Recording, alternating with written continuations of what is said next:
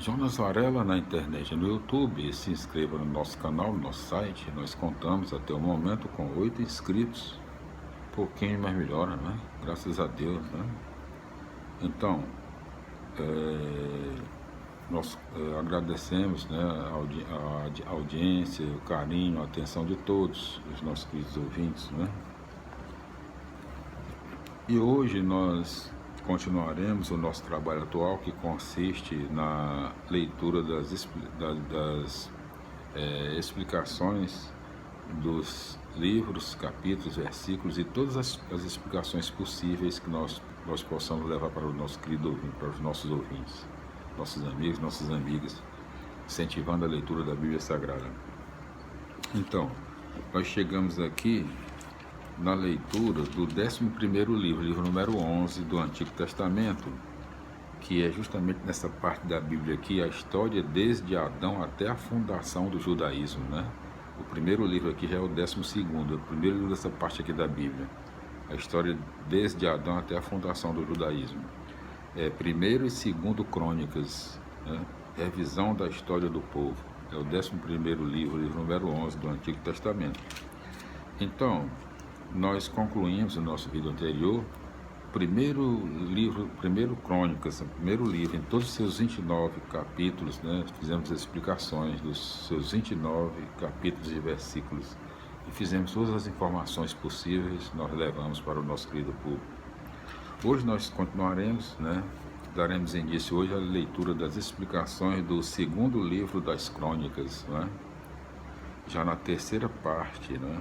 Salomão, construtor do templo, né? No seu primeiro capítulo, em todos os seus, vamos dizer aqui, 18 versículos, né? Exatamente, 18 versículos. Primeiro tópico, sabedoria e conhecimento para governar. Segundo tópico, riqueza e segurança. Terceiro tópico, últimos preparativos para a construção do templo. 3 tópicos no primeiro capítulo do 2º livro das Crônicas. Vamos para as explicações, não é? Primeiro livro das Crônicas, não é isso? Então, aqui tem 1-9, deve ser capítulo 1 até o capítulo 9, explicações. A figura de Salomão é importante, mas secundária em relação a de seu pai Davi, porque, para o autor, Davi foi o organizador político do povo e o fundador do culto israelita. Davi tinha deixado, inclusive, o material e o projeto para a construção do templo. Salomão foi mero executor. Para o autor, a glória de Salomão é um meio de frisar a glória de Javé. A partir do reinado de Salomão, é Javé quem passa a habitar no templo em meio ao seu povo. O autor esquece propositadamente todos os erros de Salomão. Entre parênteses, veja 1 Reis 3-11 e notas, né? Vamos para as explicações do primeiro capítulo, versículos 1 a 13 do 2º livro das Crônicas. No início, Salomão se coloca diante de Deus, suplicando que seu governo seja, de fato, expressão da vontade divina.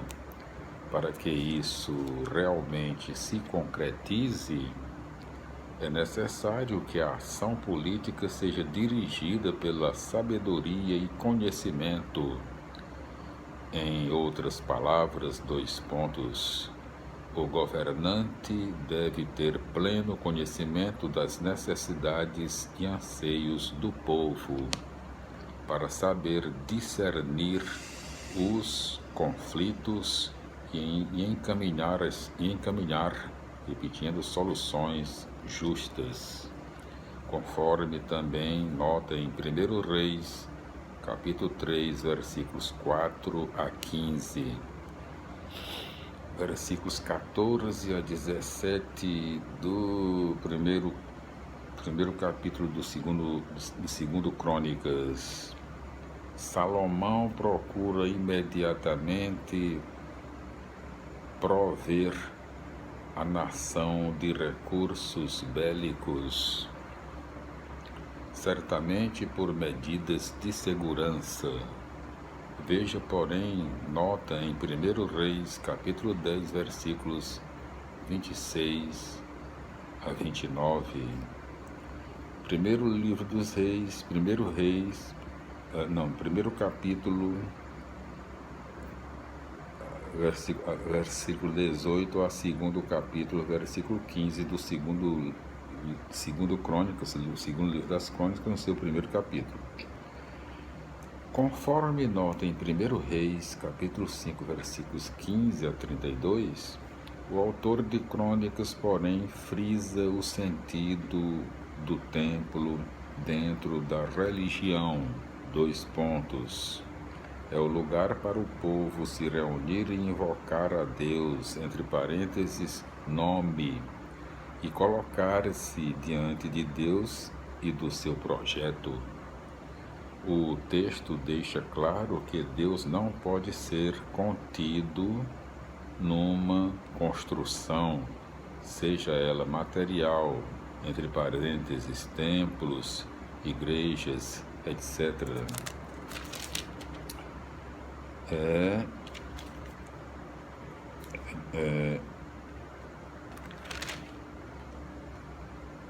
Então, cadê o resto aqui? Sumiu? Estou entendendo nada aqui não, espera aí. Então, material, exemplos, igreja, etc. Aí tem aqui mental, né? Conceitos, sistemas, teologias. Tem mental e tem entre parênteses conceitos, sistemas, teologias. Seja social, entre parênteses, instituições, movimentos, partidos, etc. Concluída as explicações do primeiro capítulo, então vamos para o capítulo 2 do segundo livro das Crônicas, né? Então, ainda na sua terceira parte do Salomão, construtor do templo, capítulo 2, em todos os seus, vamos ver aqui quantos versículos, né? O capítulo 2 do segundo livro das Crônicas, 17 versículos. Vamos para os tópicos do capítulo 2.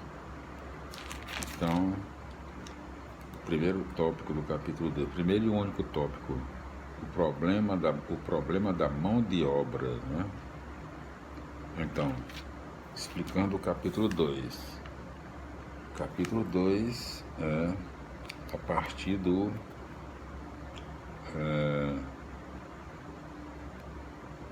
capítulo 16, do versículo 16 do capítulo 2, porque até o versículo 15 nós já explicamos agora há pouco.